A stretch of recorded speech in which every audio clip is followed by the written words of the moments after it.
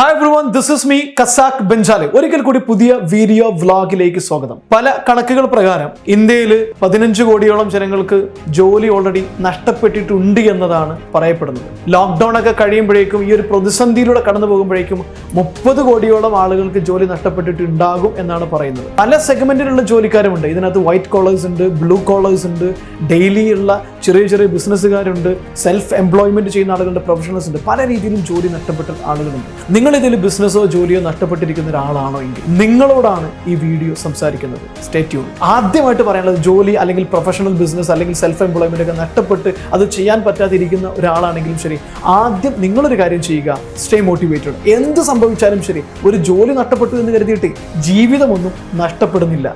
ഒരു ജോലി പോയാൽ ഇതെല്ലാം കഴിയുമ്പോൾ നമ്മൾ അടുത്ത ജോലി തിരിച്ച് പിടിച്ചിരിക്കും, നമ്മൾ കൊണ്ടുവന്നിരിക്കും. ആ ഒരു കോൺഫിഡൻസോട് കൂടിയിട്ട് ഞാൻ കുറച്ച് പോയിന്റുകൾ നിങ്ങളുമായിട്ട് പങ്കുവെക്കുകയാണ്.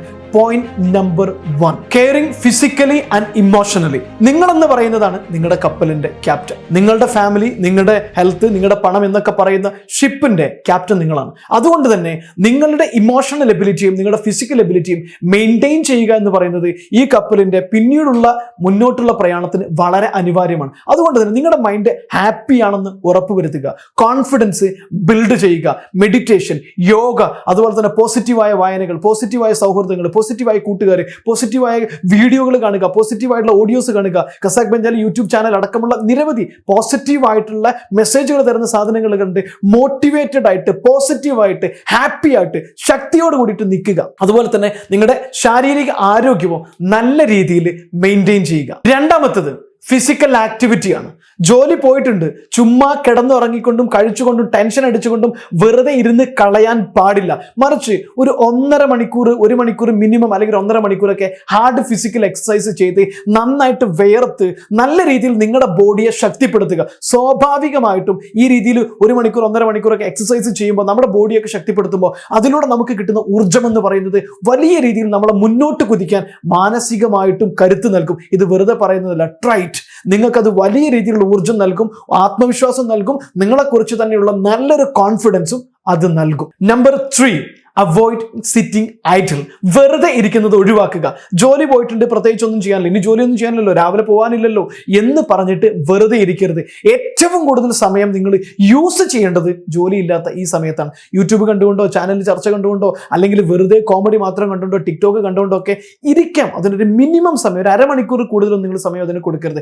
വെറുതെ ഇരിക്കരുത്. നിങ്ങളുടെ ലൈഫിന് വാല്യൂ ചെയ്യുന്ന, നിങ്ങളെ ശക്തിപ്പെടുത്തുന്ന, നിങ്ങളുടെ നോളജ് വർദ്ധിപ്പിക്കുന്ന, ജോലി കിട്ടാൻ സാഹചര്യമുള്ള നെറ്റ്വർക്കിങ്ങിനോ അല്ലെങ്കിൽ CV സെൻഡ് ചെയ്യാനോ എല്ലാമായിട്ട് സമയത്തെ ഉപയോഗപ്പെടുത്തുക. മിനിമം ഒരു 10 മണിക്കൂറെങ്കിലും പുതിയ ജോലി കണ്ടെത്താൻ വേണ്ടിയിട്ടോ അതിനുവേണ്ടി സഹായകരമാകുന്ന രീതിയിലോ സമയം വെറുതെ കളയാതെ പരമാവധി യൂസ് ചെയ്യുക എന്നുള്ളത് തന്നെയാണ് ജോലി നഷ്ടമായിട്ടുണ്ടെങ്കിൽ നിങ്ങൾ ചെയ്യേണ്ട 3ാമത്തെ കാര്യം. 4, കൺട്രോൾ യുവർ ഈറ്റിംഗ് ഹാബിറ്റ്. ജോലി നഷ്ടപ്പെട്ടിട്ടുണ്ട്, വെറുതെ വീട്ടിലിരിക്കുകയാണ്, വാരി വലിച്ച് കഴിച്ച് ശരീരത്തിന്റെ ഒബിസിറ്റി ഒന്നും ഉണ്ടാക്കരുത്. തടി ഒരുപാട് കൂട്ടി അല്ലെങ്കിൽ ആരോഗ്യം നശിപ്പിക്കരുത്. കാരണം ഒരുപാട് ഫുഡ് കഴിച്ച് ആരോഗ്യം നശിപ്പിക്കുമ്പോൾ കണ്ണാടിയിൽ നോക്കുമ്പോൾ പോലും നമുക്ക് നമ്മുടെ കോൺഫിഡൻസ് നഷ്ടപ്പെടും. നിങ്ങൾ ആവശ്യത്തിന് കഴിക്കുക, എനർജി മെയിൻറ്റെയിൻ ചെയ്യുക, നല്ല വൈറ്റമിൻസും അതുപോലെ തന്നെ മറ്റു കാര്യങ്ങളും മിനറൽസും എല്ലാം അത് ഉറപ്പുവരുന്ന ഫുഡ് കഴിക്കുക, അത്രമാത്രം. എന്നിട്ട് എക്സസൈസ് ഒക്കെ ചെയ്ത് സ്ട്രെങ്തനായി മൈൻഡിനെയൊക്കെ റെഡി ആക്കിയിട്ടിരിക്കുക.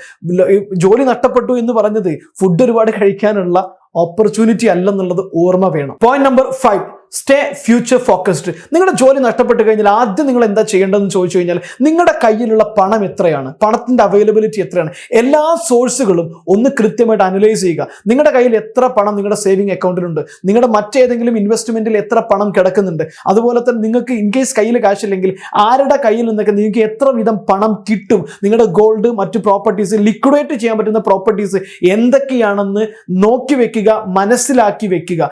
ആദ്യം ചെയ്യേണ്ടത്. എന്നിട്ട് നിങ്ങൾക്കൊരു 4 മാസം, എത്ര മാസം നിങ്ങളുടെ കയ്യിലുള്ള ഈ പണം കൊണ്ട് പട്ടിണി കിടക്കാതെ നിങ്ങൾക്ക് ജീവിതം മുന്നോട്ട് പോകാൻ പറ്റും, നിങ്ങളുടെ അത്യാവശ്യ ചെലവുകളെല്ലാം കഴിച്ചുകൊണ്ട് എങ്ങനെ നിങ്ങൾക്ക് മുന്നോട്ട് പോകാൻ പറ്റും, എത്ര മാസം മുന്നോട്ട് പോകാൻ പറ്റും എന്നുള്ള കണക്കെടുക്കുക. മിനിമം ഒരു 4 മാസമെങ്കിലും നിങ്ങൾക്ക് പ്രത്യേകിച്ച് ബുദ്ധിമുട്ടൊന്നും ഇല്ലാതെ ഇപ്പോഴുള്ള പണം ഉപയോഗിച്ചുകൊണ്ട് നിങ്ങൾക്ക് മുന്നോട്ട് പോകാൻ കഴിയുമെങ്കിൽ തീർച്ചയായിട്ടും നിങ്ങൾ ഭാഗ്യവാനാണ്. കാരണം 4 മാസം കൊണ്ട് നിങ്ങൾക്ക് ജോലി തിരിച്ചു കിട്ടും. അപ്പോഴേക്കും ലോക്ക്ഡൌൺ ഒക്കെ കഴിഞ്ഞ് ഇൻഡസ്ട്രി ബാക്ക് ടു നോർമൽ ആകും. ഒരു 4 മാസമെങ്കിലും നിങ്ങൾക്ക് മുന്നോട്ട് പോകാൻ ഇപ്പോഴുള്ള പണം അവൈലബിൾ ആണെന്ന് ഉറപ്പുവരുത്തുക.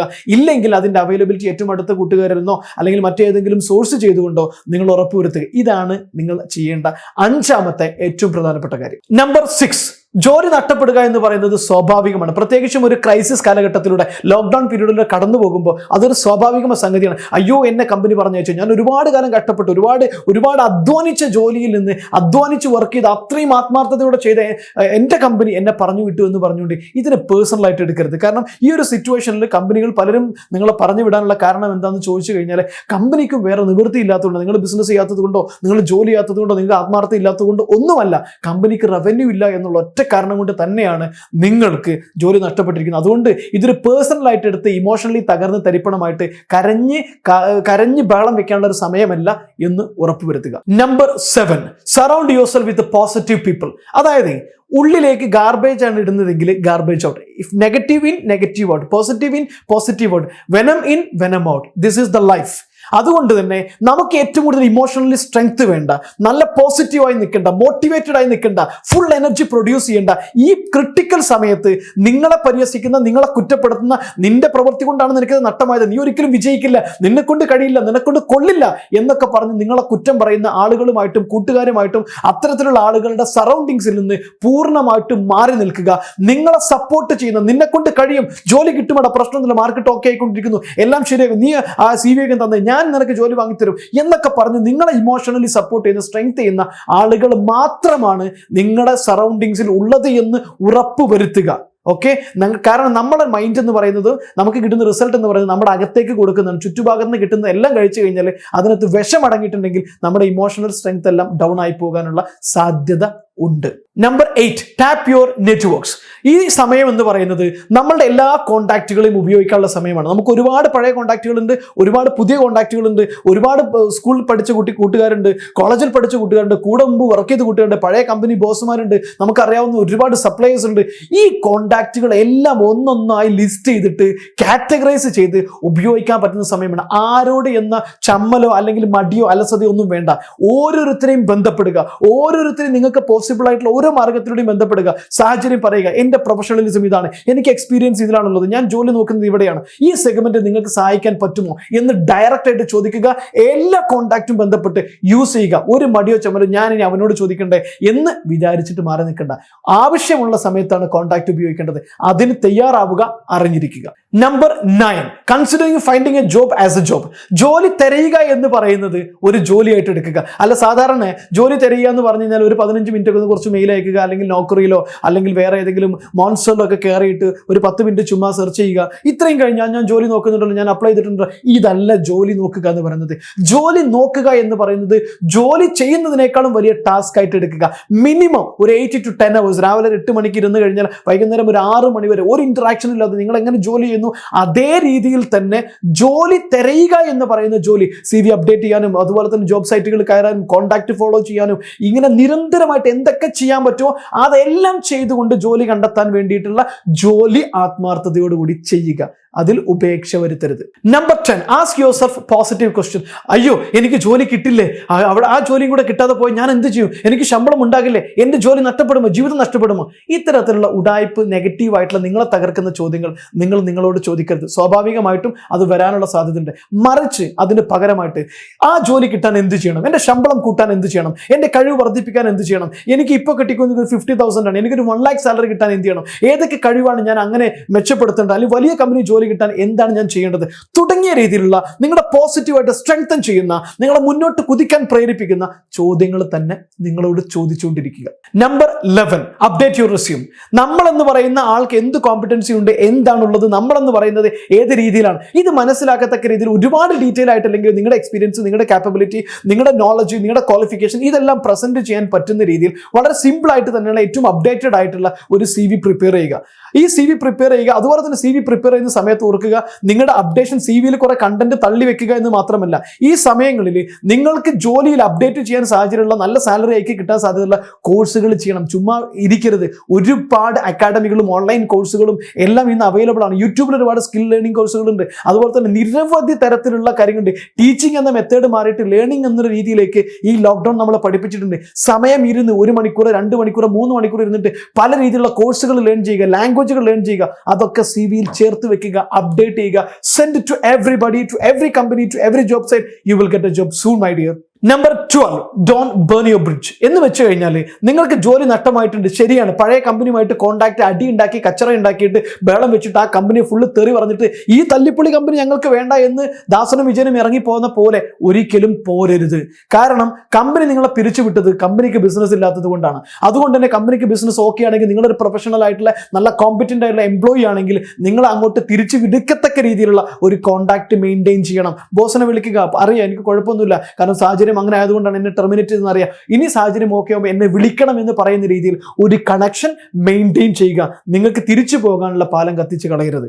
ക്ലിയർ ആയോ? Number 13, trust you. ജോലി നഷ്ടപ്പെട്ടിട്ടുണ്ട്, സാമ്പത്തിക പ്രതിസന്ധി ഉണ്ട്, എല്ലാം ശരിയാണ്. പക്ഷേ നിങ്ങൾ നഷ്ടപ്പെട്ടിട്ടില്ല.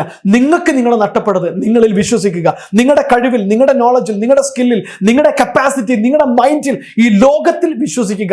നിങ്ങൾ റെഡി ആണെങ്കിൽ, നിങ്ങൾ വില്ലിംഗ് ആണെങ്കിൽ, നിങ്ങൾക്ക് ഹാർഡ് വർക്കിംഗ് മെന്റാലിറ്റി ഉണ്ടെങ്കിൽ, നിങ്ങൾ ജോലി തേടാൻ വേണ്ടിയിട്ട് നിരവധി തവണ വർക്ക് ചെയ്യുന്ന ഒരാളാണെങ്കിൽ, നിങ്ങൾക്ക് കൃത്യമായ സമയത്തുള്ള ജോലി കിട്ടിയിരിക്കും. ലോക്ക്ഡൌൺ പീരീഡ് കഴിഞ്ഞാൽ പിന്നീട് ബിസിനസ് ഓപ്പറേഷൻസ് എല്ലാം ഒരു ബാക്ക് ടു നോർമലിലേക്ക് വരുന്നൊരു സമയത്ത് ഒരുപാട് കമ്പനികൾക്ക് ഹൈലി കോമ്പറ്റന്റ് ആയിട്ടുള്ള, ഹൈലി ക്വാളിഫൈഡ് ആയിട്ടുള്ള, വളരെ പ്രതിസന്ധി അതിജീവിക്കാൻ കഴിയുന്ന സ്റ്റാഫുകൾ ആവശ്യം വരും.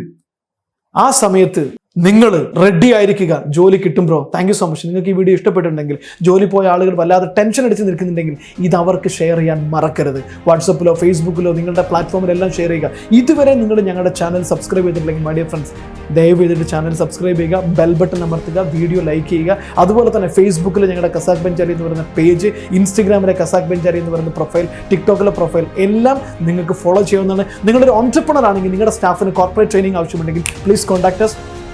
അതുപോലെ തന്നെ നിങ്ങളൊരു ബിസിനസ് മാൻ ആണെങ്കിൽ, നിങ്ങൾക്ക് ബിസിനസ്സിനെ കുറിച്ച് കൂടുതൽ പഠിക്കണം, ലോക്ക്ഡൗൺ സിറ്റുവേഷനൊക്കെ കഴിഞ്ഞ് എങ്ങനെ ബിസിനസ്സിനെ ഒരു ബൂമിലേക്ക് കൊണ്ടുപോകാം എന്നൊക്കെ നിങ്ങൾ തിരയുന്നുവെങ്കിൽ, ഞങ്ങളുടെ ബിസിനസ് ബൂം എന്ന് പറയുന്ന ഓൺലൈൻ ട്രെയിനിങ്, ഞങ്ങളുടെ ബിസിനസ് ബൂം എന്ന് പറയുന്ന 1 വർഷം നീണ്ടു നിൽക്കുന്ന ഓൺലൈൻ ട്രെയിനിങ് പ്രോഗ്രാമിൻ്റെ ഭാഗമാകാൻ നിങ്ങൾക്ക് കഴിയുന്നതാണ്. താഴെ കാണുന്ന നമ്പറിൽ ജസ്റ്റ് ഒന്ന് ബന്ധപ്പെട്ടാൽ മാത്രം മതി. അതുപോലെ തന്നെ ഓൺട്രപ്രണേഴ്സിന് വേണ്ടി ഇമോഷണൽ സപ്പോർട്ടും, എല്ലാ ട്രാജഡിയിൽ നിന്ന് പുറത്ത് കിടക്കാൻ വേണ്ടിയുള്ള online self mastery, business boom, അതുപോലെ തന്നെ പബ്ലിക് സ്പീക്കിംഗ് ട്രെയിനിങ്, നിരവധി ട്രെയിനിങ് പ്രോഗ്രാമുകൾ ഞങ്ങൾ ചെയ്യുന്നുണ്ട്. So just connect with us and for log in to www.benjali.com. Thank you so much. ഒരിക്കൽ കൂടി നന്ദി, നമസ്കാരം.